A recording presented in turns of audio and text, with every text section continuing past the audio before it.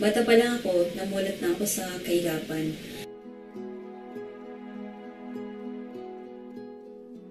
Nalala ko 5 years old na ako noon. Sinasama na ako ng nanay ko sa palengke para magbenta ng mga prutas.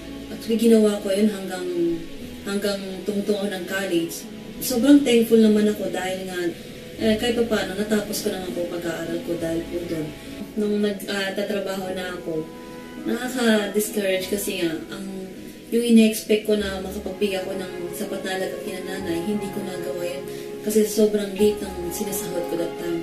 Nag-decide ako na umuwi sa amin at mag-apply na lang ako na papuntang abroad, sabi ko. Kaya nag-apply ako papuntang Hong Kong.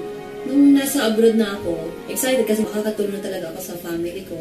Makapagbigay na ako ng sapat na halaga sa nanay tatay ko. And then pangalawa yung sobrang malungkot kasi malayo ako sa family. Nung nasa Hong Kong na ako, hindi ko na-expect na makahanap ako ng masungit na amo. Okay lang sa akin ang trabaho kahit mahirap siya. Pero yung paano ko tratuhin ng amo ko, hindi ko talaga kaya yun. Sabi kong ganun, uwi na lang ako, maghanap na lang ako ng trabaho. Because that time din talagang I was praying to God na, Lord, sabi kong ganun, ganito ba talaga yung buhay na binigay mo para sa akin? Kailangan ko maghirap ng ganito. And hanggang isang araw may nag-offer sa akin na mag-aral ako ng caregiver. And then after a few months, natapos ko po yung course ng caregiver. Nung nag-apply ako papuntang Canada, yun naman yung time na nag-start na imbitahin ako ng kuya ko na mag-join ng E-Global. Noong una, hindi talaga ako sa negosyo. Sabi ko talaga hindi ko linya yan. Sabi ko mag-abroad na lang ako. Nung time din na yun, kailangan ng nanay ko yung products. And pati yung lola ko kailangan niya. So wala akong choice that time, kundi talagang bumili na lang ako ng package. And yung pinambili ko pa ng package, inutang ko pa. So nag-join ako sa E-Global. And after a year, nakalimutan ko ng pag-abroad ko, nakalimutan ko na ang Canada. Kasi sabi kong ganun, kung pwede ko naman kitain dito sa Pilipinas, ang pwede kong kitain sa Canada, bakit pa ako mag-abroad? Talagang pinag-aralan ko yung negosyo. On my second year, doon ko po na-earn yung first million ko. And then on my second year also, nabili ko po yung first car ko. Dati, naglalakad lang ako. Ngayon, nagdadrive na ako ng sarili kong kotse, di ba?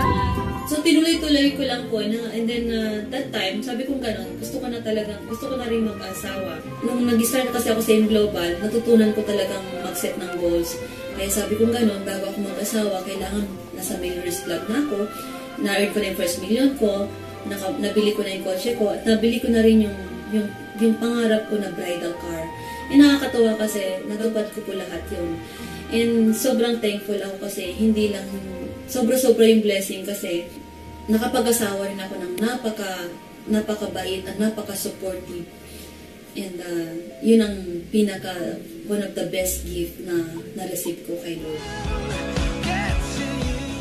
You never have to be a super wife or super mom in our marriage.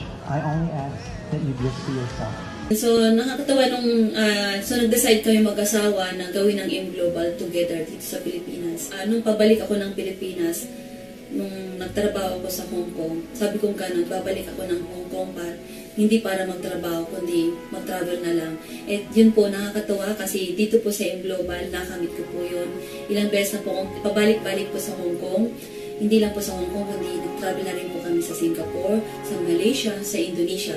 At hindi lang po yun, kundi naikot ko na rin po ang buong Pilipinas. Sobrang thankful ako kasi isa sa pinakapangarap ko rin po na mabiling sasakyan po.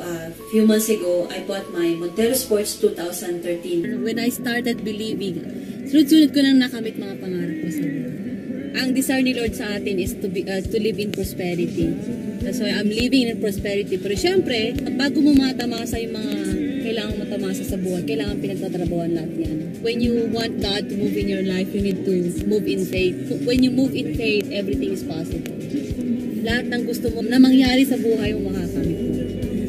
Guaranteed yan, 100%.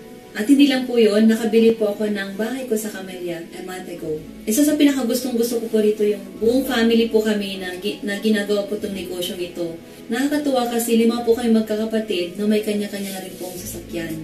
Napatunayan ko na hindi lang po pala pag-abroad ang kasagutan para makamit natin ang mga pangarap natin sa buhay. kundi meron din po palang mga oportunidad sa Pilipinas na kagaya ng AIM Global na pwede nating makamit ang mga pangarap natin sa buhay kasama ang pamilya natin.